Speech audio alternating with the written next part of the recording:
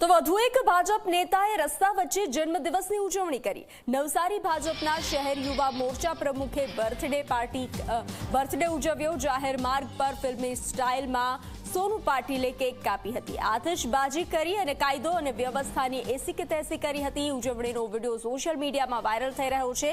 ઉજવણી દરમિયાન સ્થાનિક નેતાઓ પણ હાજર રહ્યા હતા।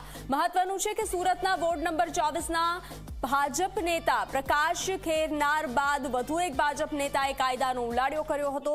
ત્યારે નવસારીના વિજપોરના શિવાજી ચોક અને ગ્રીન પાર્ક સોસાયટીના પ્રવેશ દ્વાર પાસે ભાવેશ ઉર્ફે સોનુ પાટીલના જન્મદિવસની ઉજવણી કરવામાં આવી। ભાજપમાં શહેર યુવા મોરચા પ્રમુખ છે સોનુ પાટીલ।